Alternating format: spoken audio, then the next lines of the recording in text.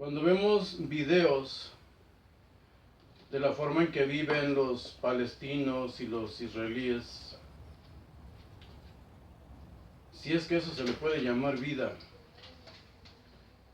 el fanatismo religioso, el odio entre esas dos naciones que deberían ser hermanas, si de verdad creen en el mismo Dios, porque es el mismo Dios, proceden de las religiones abrámicas, ¿por qué se odian?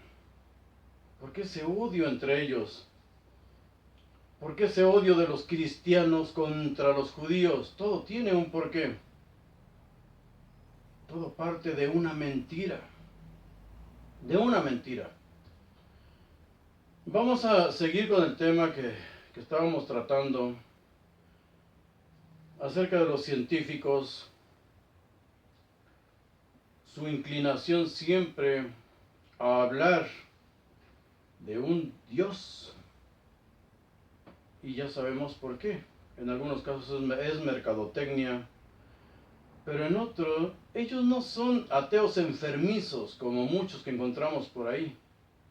Ellos simplemente dicen, yo hasta aquí llego, mi conocimiento hasta aquí llega y no puedo ir más adelante.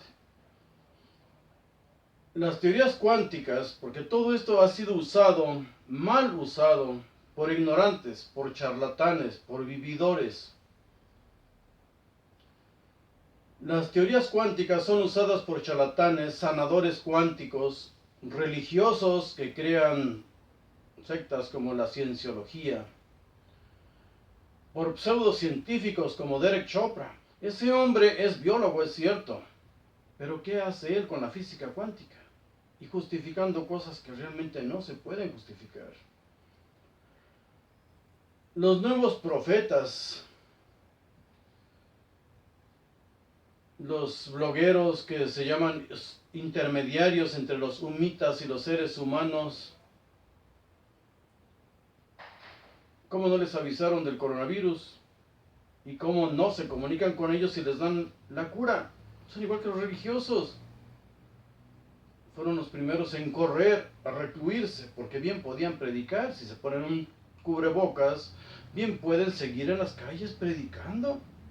Bien pueden ir a dar consuelo a tantos enfermos, tanto moribundo por ese virus. Ahí se demuestra. Estos nuevos profetas nos hablan también no solo de los humitas, sino de psicofonías. Y no hablan con cualquier muerto o extraterrestre, cualquier zarigüeya, cualquier tlacuache, no. Hablan del Dios de dioses, de Enlil. Y luego, con sus temas, dan pie para que la gente crea que existe una vida en más allá y que ellos lo están demostrando con sus aparatillos que inventan. Las almas de los muertos no solo conviven con el ser humano, sino que están a su servicio, según ellos. ¿Por qué todo esto y qué tiene que ver con la ciencia? Porque en la ciencia, mientras más nos adentramos, encontramos belleza inigualable, poesía, magia y vale decir milagros. Hay cosas, muchas, totalmente inexplicables. Muchos pseudomísticos que hablan de la glándula pineal y el tercer ojo, hablan de meditación cuántica, manipulan el lenguaje técnico para hacer dinero, solo vivir de los demás. Deforman el conocimiento con un léxico científico para engañar. Rotundamente, no existe ninguna aplicación de la mecánica cuántica a la salud. No existe. Las curaciones cuánticas son un fraude, debemos tener cuidado con el humo que aspiramos si vamos ahí, porque siempre hay un truco. Prenden ahí sus inciensos supuestamente, pero quizá no sea el único humo que estés aspirando, debes tener cuidado. Desde los tiempos de las pitonisas, hace 2500 años, hacían lo mismo. Las drogaban, ellas se convulsionaban, ellas solo se convulsionaban y empezaban a emitir sonidos guturales. Los sacerdotes eran los que interpretaban y le decían a los que habían llevado bueyes y borregos lo que querían oír. Debemos tener cuidado si vamos con esta gente, con el café que tomamos, porque nos obligan a tomar una taza de café con el pretexto de que van a leer los asientos. Ahí vienen las iniciales de quien te quiere hacer daño. Hay que ver sus videos, son divertidos. Muchos milagreros, y incluso aquí nos critican y todo, dicen, tú no tienes sabiduría de lo alto. Pues no. ¿Dónde la adquiero? ¿Dónde está escrita? Sabiduría de lo alto. Muchos de ellos que se meten a religiosos, que se meten a ver la Biblia y a vivir de ella, eran criminales, eran delincuentes, eran viciosos, drogadictos y lo presumen en sus videos. Hay uno de apellido Alducín que dice, yo era metodista porque me metía de todo. Ahí está diciendo claramente qué clase de personas son. Ex borrachos, ex drogadictos. Por eso en una loquera tuvieron sus experiencias místicas en su relación con las drogas o con la borrachera. Nosotros hablamos de un conocimiento objetivo que solo se adquiere estudiando, no hay otra forma. Y no necesitamos ingerir ayahuasca, peyote o lamer sapos ahí de Sonora. La sabiduría, conocimiento objetivo se adquiere únicamente estudiando. Lo demás, de verdad, es locura. El mercado de estas personas, de estos vividores, son las multitudes, obvio, y hoy las multitudes las tenemos en la red. Sus temas siempre los van a relacionar con el espectáculo, la moda o la religión. Y desde luego las conspiraciones de los gobiernos, luciferinos le llaman ellos. Entremezclando fantasías que debieran ser ya superadas. Nosotros debemos superar ya toda esa tontera. Relaciona las pinturas como las de Da Vinci. Ahora resulta que Da Vinci era todo un profeta. No, y peor. Ven demonios o cosas luciferinas, satánicas, en la vestimenta de Madonna, de Katy Perry, y mensajes luciferinos en ellas. No, no, no. Las energías del universo, las energías del cosmos, no se van a estremecer por el color de los pelos de una vaca, como en la mitología judía, una vaca roja, o el color, la textura y la forma de la ropa interior de un artista. Ningún científico lleva su ordenador, su computadora, con un sanador espiritual. No tiene nada que ver, hay un abismo. Es aberrante creer que hay relación práctica entre ciencia y religión. En el misticismo, eso lo vamos a ver más adelante, porque una cosa es el misticismo y otra la religión. El sueño de los científicos es comprender lo que rehúye todo razonamiento basado en la realidad actual, la que ellos conocen, la que ellos pueden manejar y la que ellos pueden expresar en su lenguaje matemático, porque hay aún muchas preguntas incontestables. Cuando vemos nosotros la cruz de la que se origina toda la materia y a la que va a volver como energía pura, el alfa y el omega, allí es donde encontramos nosotros cierta relación mística. La caja de Rödinger, un gato encerrado en una caja, y este cuento ya lo sabemos, la teoría, y la podemos ver, es apasionante, es hermoso y tiene mucho sentido. ¿Por qué? Porque nos dice ahí que la realidad solo está en el observador. Nosotros podemos conocer algo solo si lo vemos, y ahí aparece el milagro o la magia. Cuando hay un observador, todo cambia. Todo, absolutamente todo en la naturaleza cambia. Hay cosas hermosas, de verdad, hermosas. Debemos de estudiar, y hoy tenemos bastante material, la ecuación de Rödinger, su ecuación, y también el principio de incertidumbre de Heisenberg. Debemos repasar estas cosas, nos la ponen incluso hasta con caricaturas, es un crimen no estudiar. La religión. ¿Por qué la Iglesia Católica quemaba las Biblias? y quemaba a los seres humanos que las leían o las poseían, principalmente a los judíos. A todos aquellos que opinaban o pensaban diferente. El cristianismo no nació con un libro y estos son los evangelios y punto. No, cientos de evangelios, decenas de apocalipsis. Los que servían para conformar una religión fueron los que se hicieron canónicos.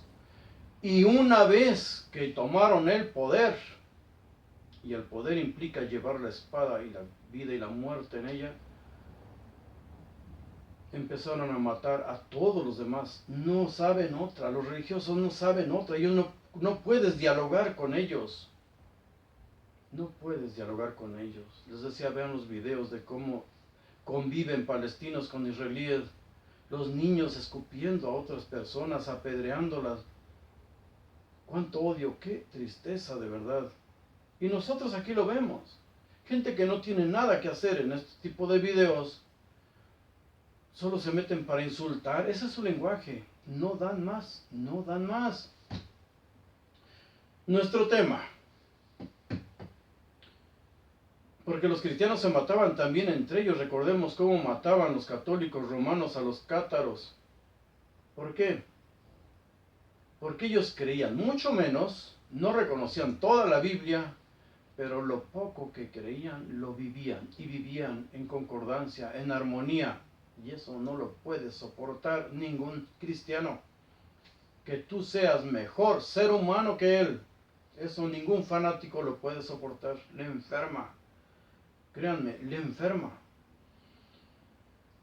¿Por qué hablo yo de que el universo sin un creador, el universo sin un Dios creador? Según la Biblia hebrea, o sea, según lo que estamos leyendo, podemos leer, ahí no aparece un creador.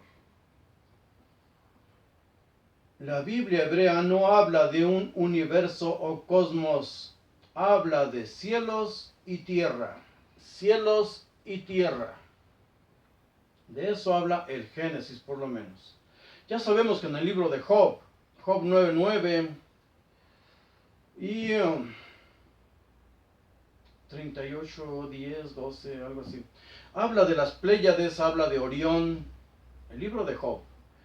Porque primero se escribieron ciertos libros y casi los últimos que entraron al canón hebreo, fue el Pentateuco, sus leyes para vivir ya como un estado, como una nación judía, no israelita, judía.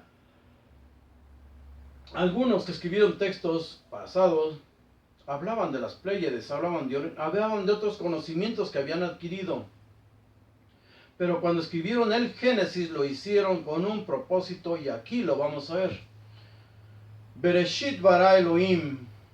3 palabras, 3 mentiras. Bereshit bara Elohim. Solo 3 palabras, 3 mentiras, y de esas 3 mentiras emanan 3 religiones supuestamente monoteístas. La mentira está en la interpretación que se le ha dado. Bereshit, y se escribe como aparece en el número 1. Bereshit, así como está escrito en la Torá, no significa principio o inicio de manera contundente. La palabra se encuentra en estado constructo, es decir, de difícil interpretación. Tenemos que leer todo el contexto, todo lo que sigue. Los judíos recomiendan leer los 3 versículos siguientes para darnos cuenta de la intención de esta palabra. Bereshit no significa principio o inicio de una manera contundente. Se debe analizar esta palabra en relación con los textos siguientes. Es tan difícil de analizar como intentar definir inteligencia, personalidad o creatividad. Debemos ver cómo la estamos aplicando en el contexto. Si literalmente significara principio o inicio, se habría escrito así como aparece en el número 2. Literalmente sí significa en el principio o al inicio. Nos falta una letra en la primera palabra. Ahora, bara, que aparece en el número 3. Bara, crear, dar forma. no significa crear de la nada como nos lo ha enseñado la religión, como lo enseña la religión. No significa crear en un acto de magia. La palabra bara, y por eso podemos desglosar qué es lo que significa. Bueno, los lingüistas lo hacen, nosotros solo los estudiamos a ellos. La palabra bara aparece 49 veces en la Biblia hebrea. En 2013, filólogos llegaron a la conclusión del verdadero significado de la palabra bara en el Génesis. Significa intervenir en una situación para modificarla. Por ejemplo, tiene significados, 49 veces aparecen en la Biblia. Significa, por ejemplo, talar árboles, formar, hacer algo, manipulando lo que ya existe. Incluso significa engordar de una persona, no animales. Estos filólogos lo hicieron público, dijimos en 2013, en The Telegraph Magazine. Ahora, Elohim, que está escrito en el número 4 aquí, no significa Dios o dioses. Significa poder, poderes, energías, y en algunas ocasiones aparece como poderosos, los jueces, los que gobernaban. Estas tres palabras, de las que parte la teología de tres religiones monoteístas, son manipuladas. No significa eso en hebreo, eso que nos dicen a nosotros. Y para entenderlo, debemos entender el contexto de estos primeros tres versículos de la creación. En el contexto, la palabra cielos, así como lo traducen nosotros en español, cielos, y que aparece en el número 5, es una palabra compuesta por dos. Fuego, que lo tenemos en el número 6, y agua. Para ellos, cielos, separar las aguas de arriba de las de abajo. Cielos significa fuego y agua, fuego y agua. El ruaj, el aliento, el aire, el soplo divino, el espíritu, es una fuerza intangible que debe tomarse en sentido figurado. El aliento o ruaj, el número 8, de Elohim, porque Jehová no aparece ahí para nada, ya estaba planeando sobre la superficie de las aguas. El espíritu, de todo esto lo vamos a ver más adelante. El aliento, el espíritu, entraba al Gan Eden, porque así se llamaban, el recinto de estas personas, el Gan Eden, y revoloteaba sobre todo el desorden que había ahí. Ellos crearon un lugar para manipular todo lo que había en la tierra. Lo llevaban, incluso el ser humano fue tomado, dice ahí, fue tomado el hombre, el ser que ya había creado, el Ish, y lo llevaron al Edén y lo puso en Edén para que trabajara. Como le daba piso a todas las hembras que había ahí, de todos los demás animales que estaban siendo manipulados, le crearon una hembra. Pero eso es otra historia y la vamos a ver un poquito más adelante. El aliento, el ruaj, número 8, de Elohim, ya estaba planeando sobre la superficie de las aguas. Es la prueba que aduce Rashi, el teólogo que yo siempre les he mencionado. Ese teólogo lo vemos, perdón, no es teólogo, es un rabino. Jajamín se llaman ellos, Jajamín, los sabios judíos. Este rabino judío de francés, en Francia, usa el argumento para demostrar que la creación de las aguas fue antes cronológicamente de la creación de los cielos y la tierra. Revoloteaba el espíritu, el ruaj de los Elohim sobre algo que ya existía. Nosotros debemos tener un pensamiento objetivo, no debemos involucrar ningún sentimiento. Aquel que dice, yo creo, ok, no estás en el blog correcto.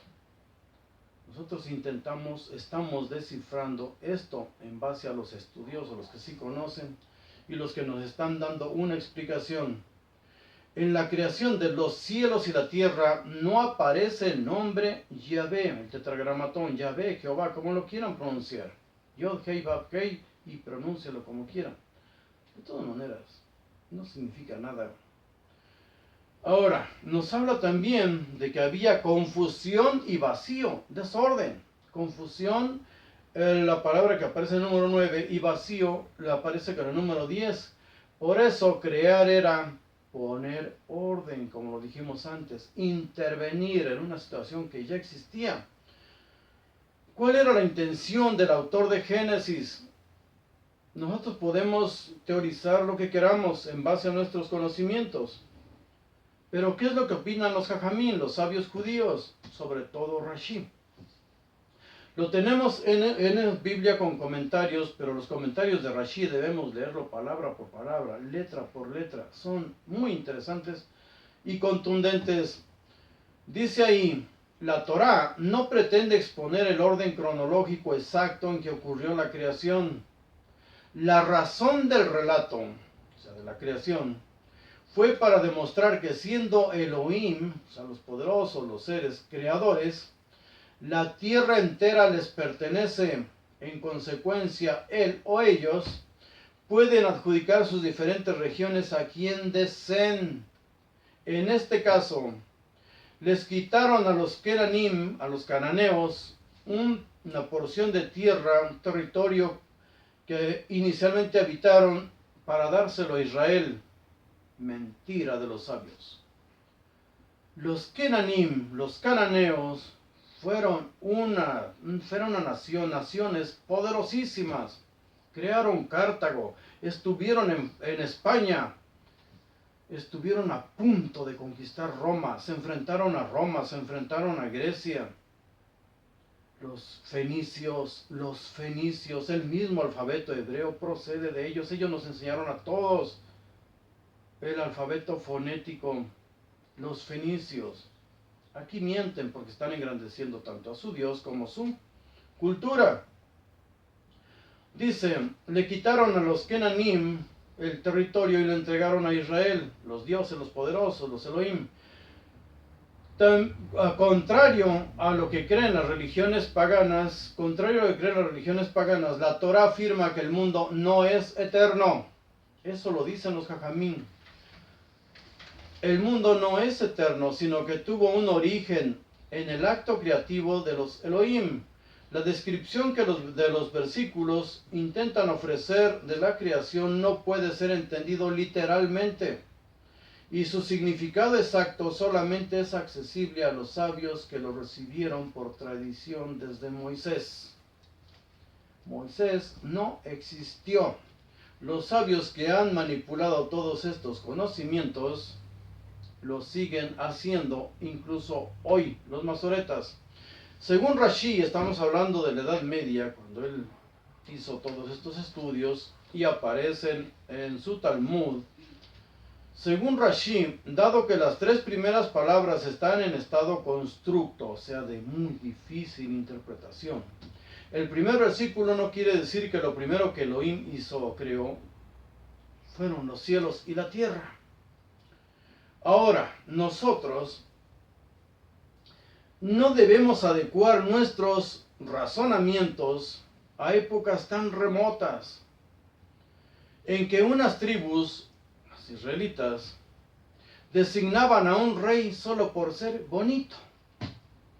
Lean por qué el profeta Samuel eligió a Saúl para rey de Israel. Andaba persiguiendo unas burras de su padre. Lo vio hermoso, así lo dice la Biblia. Lo vio hermoso, su estatura, su porte, su gallardía. Y le dijo, deja esas burras en paz, yo te voy a hacer rey de Israel. Lean el relato. Si ellos consideraron o era su rey, esta persona, y esos eran los parámetros para designar a su gobernante, ¿por qué nosotros vamos a subordinar nuestro entendimiento, nuestro conocimiento a los escritos de ellos? Para ellos, el Gan Eden, del que habla la Biblia, el Gan Eden, y que habla también la literatura griega, venía siendo un lugar en el Edén, sí, un espacio en el Edén significa Gan Eden. Un espacio en Edén, me parece que dos ciudades antiguas se llamaban Edín o Edén, y aparecen en la Biblia, ya lo traté antes.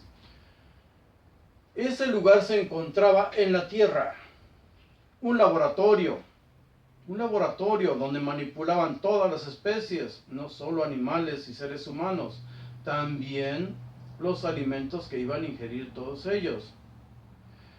Para ellos la tierra era plana, ya fuera rectangular, ya fuera cuadrada. Para ellos el abismo, y lo vamos a ir desglosando más adelante, ahorita. El abismo era el inframundo, la parte de abajo.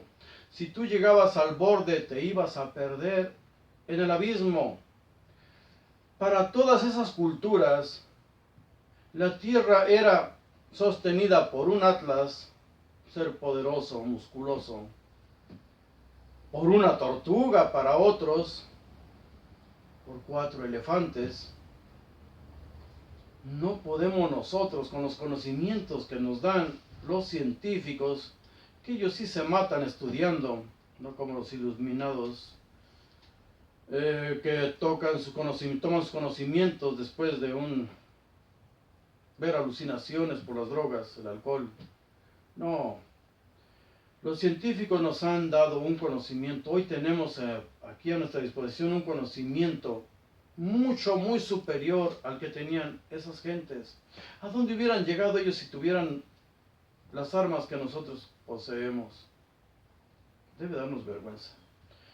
Ahorita vamos a ver qué dice la Biblia acerca de la eternidad, el Olam, acerca de la creación del Adamita y acerca del Espíritu de Dios y la gloria de Dios, que son dos cosas diferentes. Ahorita lo vamos a grabar, porque esto debe quedar bien claro.